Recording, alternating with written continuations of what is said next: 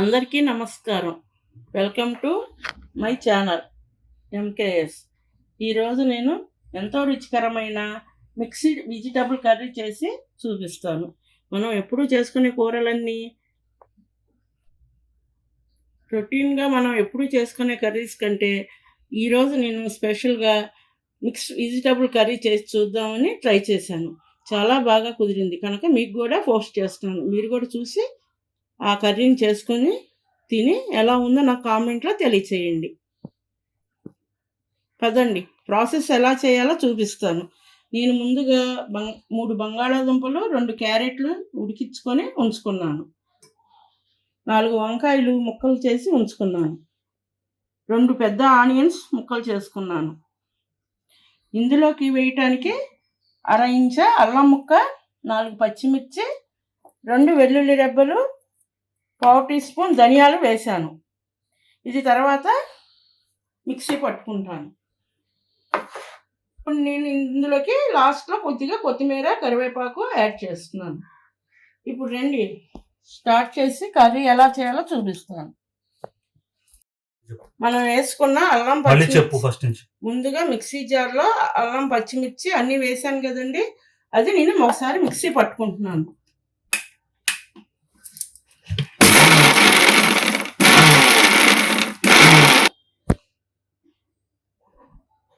మరీ ఫైన్ పేస్ట్గా కాకుండా కొంచెం ఇలా క్రోర్స్గా తిప్పి ఇలా మిక్సీ పట్టుకొని ఉంచుకోండి.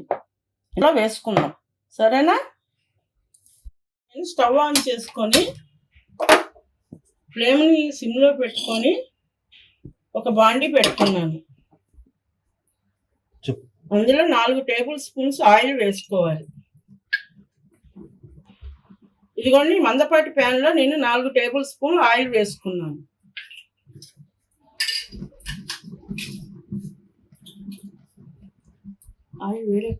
ఆయిల్ వేడెక్కినివ్వండి. ఇప్పుడు ఆయిల్ కొద్దిగా వేడెక్కింది. ఇప్పుడు నేను పోపు సామాన్లు వేసుకుంటున్నాను.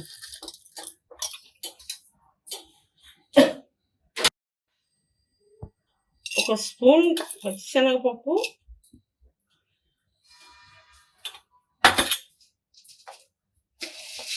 ఒక స్పూన్ మినప్పప్పు, కొద్దిగా ఆవాలు, 1/2 టేబుల్ స్పూన్ జీలకర్ర. ఇవన్నీ కొంచెం ఫ్రై అయ్యేటట్టు వేయించుకోవాలి. సో మీరు చూసారా, ప్రతి కూరలోనూ ఈ పోపు దినుసులు కావాల్సిందే. ఏ కూరలోకైనా మనకి ఇవి లేనిదే ఏ కూర రుచి రాదు కనుక ఇవి ఇంట్లో కంపల్సరీ ఉండాల్సిందే, ప్రతి ఇంటిలోనూ. ఇప్పుడు ఇవి వేస్తేనే మనకి టేస్టీగా ఉండే మిక్స్డ్ వెజిటబుల్ కర్రీ రెడీ అవుతుంది. ఇవి కొద్దిగా వేగిపోయింది. ఇప్పుడు నేను ఇందులో తరిగిన ఆనియన్స్ వేసుకుంటున్నాను.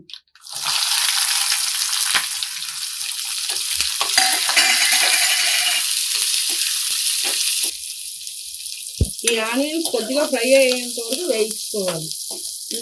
ఇది గోల్డెన్ బ్రౌన్గా వేగిన తర్వాత నేను ఉడికించిన వెజిటబుల్స్ ఒక్కొక్కటి యాడ్ చేస్తాను.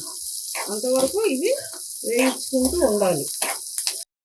వేగిపోయినాయి. ఇప్పుడు ఇందులో నేను తరిగి ఉంచిన వంకాయ ముక్కల్ని యాడ్ చేస్తున్నాను.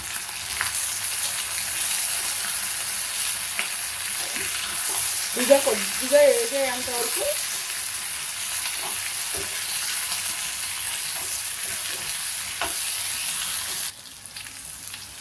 ఈ వంకాయ ముక్కలు వేసిన తర్వాత వంకాయ ముక్కలు, ఉల్లిపాయలు అన్నీ చక్కగా మగ్గిపోయేంత వరకు ఒక 5 నిమిషాలు మనం ఇలా అటు ఇటు కలిపేసి మూత పెట్టుకొని ఒక 5 నిమిషాలు ఉడికించుకోవాలి.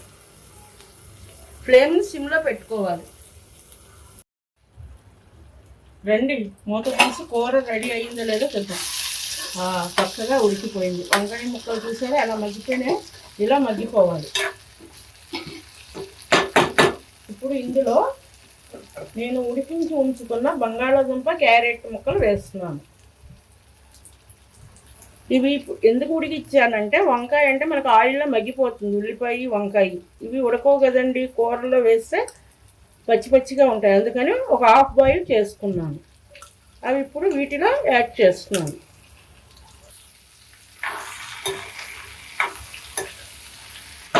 చూసారు కదండి, ఇందులో ఉల్లిపాయ వంకాయ మగ్గిపోయాక నేను ఉడికించుకున్న బంగాళాదుంప క్యారెట్ ముక్కలు యాడ్ చేశాను.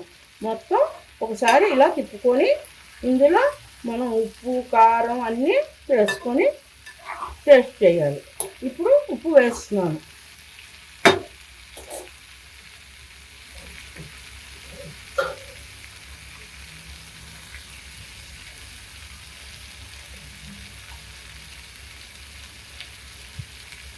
రెండు టేబుల్ స్పూన్స్ ఉప్పు యాడ్ చేసుకోండి.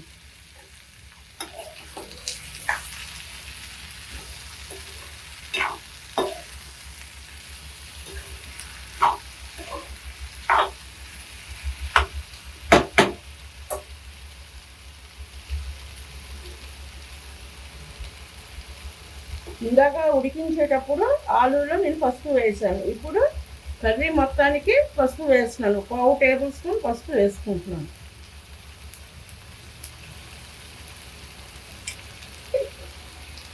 ఉప్పు పట్టేటట్టు వేయించుకోవాలి. ఇవన్నీ ఉప్పు పసుపు వేసాను కదండి, అవన్నీ ముక్కలకి పట్టేటట్టు అటు ఇటు తిప్పుతూ ఒకసారి కలుపుకోవాలి.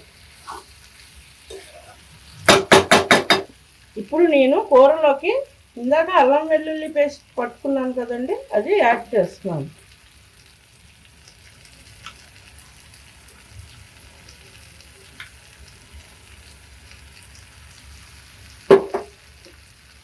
దీని అంతటికి కారం ఇదేనండి, ఇక పచ్చి కారం యాడ్ చేయను.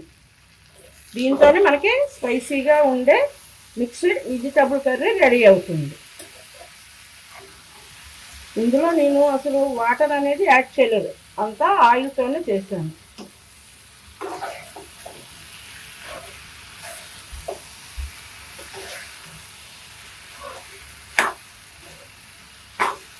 ఇప్పుడు ఇందులో నేను అల్లం పచ్చిమిర్చి యాడ్ చేశాను కదండి, అది పచ్చి వాసన పోయేంత వరకు ఒక 5 నిమిషాలు మూత పెట్టుకొని ఫ్లేమ్ని లో టు మీడియం ఫ్లేమ్లో పెట్టుకొని ఉడికించుకోవాలి.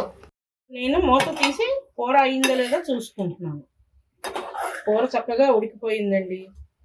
మీరు కూడా ఎంతో టేస్టీగా ఉండే ఈ కూరని మసాలాలు అవి లేకుండా అల్లం పచ్చిమిర్చి పేస్ట్తోనే చక్కగా మన ఇంట్లో ఉండే వెజిటబుల్స్లో ఏవైనా యాడ్ చేసుకోవచ్చు. కానీ నేను ఈ 3 తీసుకున్నాను.